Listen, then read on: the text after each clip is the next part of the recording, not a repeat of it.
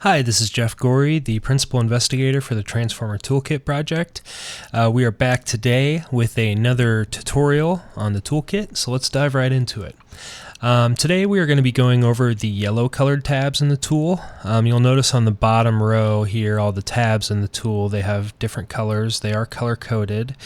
And we'll start out with the tips tabs.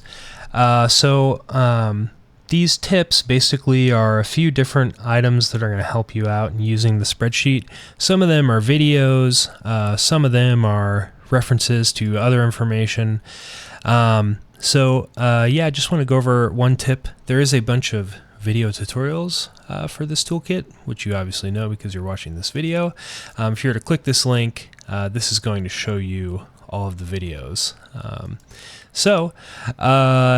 Those are some different tips. We've got hotkeys, how to unlock cells. We've locked certain cells in here just to protect formulas so they don't get accidentally overwritten. So that's pretty much it for the tips tab. Moving on to the definitions tab. Basically, I have the typical engineer's curse of having an affinity to use a lot of acronyms. And so part of that is a useful thing to save space down here so you can quickly navigate the tabs. But just in case any of those acronyms did not make sense, we've defined them here. There's also some other abbreviations and things like XFMR for transformer. Just a quick explainer. The third tip tab is going to be the color guide that's used throughout the spreadsheet. And you'll notice some of these have notes in them, formerly known as comments with Excel. But if you hover over these notes, they should explain more about what these are. And so there's two groupings here. This first one is basically a color guide for the spreadsheet. Different cells throughout here have different colors, and so I'll give you an example. We'll go to the Residential Transformer Sizing Guide, RTSG. You'll notice this salmon color, blue color, green color. What are those colors? Well, the salmon is a required user input. The blue color is a default value. It further explains that here in the note, right? That green color is a calculated value. Let's make sure that that is correct. And so basically, if you say, hey, I don't like my inputs being this weird salmon color, the way that you change that in Excel is you go to Home, the Home tab on the ribbon. You would click. There's a section called Styles. You can click this down arrow, and seeing this is required user input. Input required is the formula name for it in here. Let's say I want this to be a gray color. I would just right click on it. I would right click on modify, and then click on format. And I'm going to do fill. Let's make this a gray color and make sure that our font is black. Color is black. Okay. And once we click OK, not only is it going to change here on this color codes tab, but it's also going to change all throughout the tool, right? So very handy. Did that intentionally just to be aware of, accessibility and making sure that people can see it the way that they want to.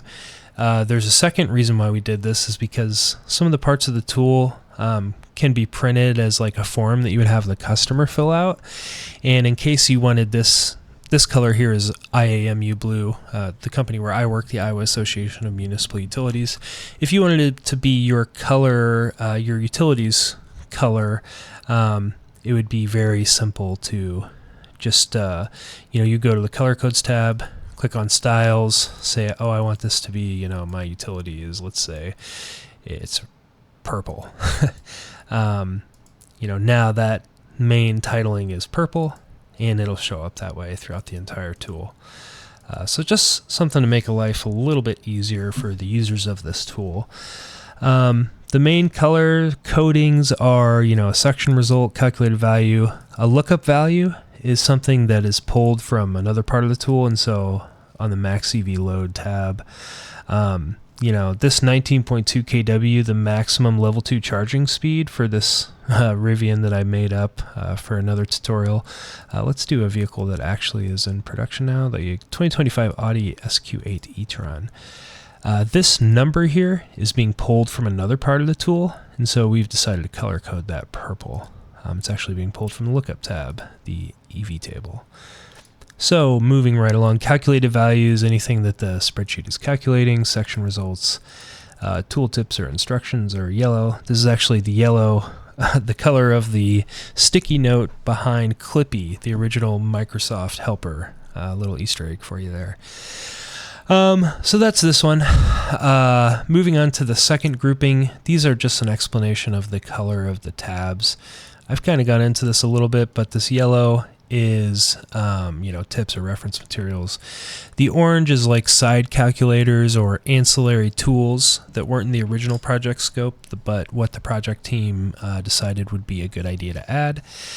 Red is kind of like a stop sign color because it's back-end data. It's, this lookup data, whether it's the EV table or, some other things that feed other parts of the tool, or when we get to the forecasting part of the tool, because this is a probabilistic tool, there is a large array of random numbers that's generated and can be re-rolled with a macro.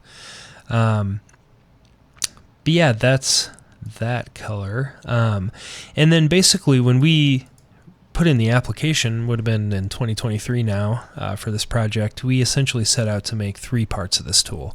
One to help people inventory their existing transformers, one to size transformers for residential, commercial, and fleets, and then the third and final and probably most important part of the tool is the forecasting part. And so the first part, inventory, gets a light green. The sizing guides get a medium green, and the forecasting gets a dark green.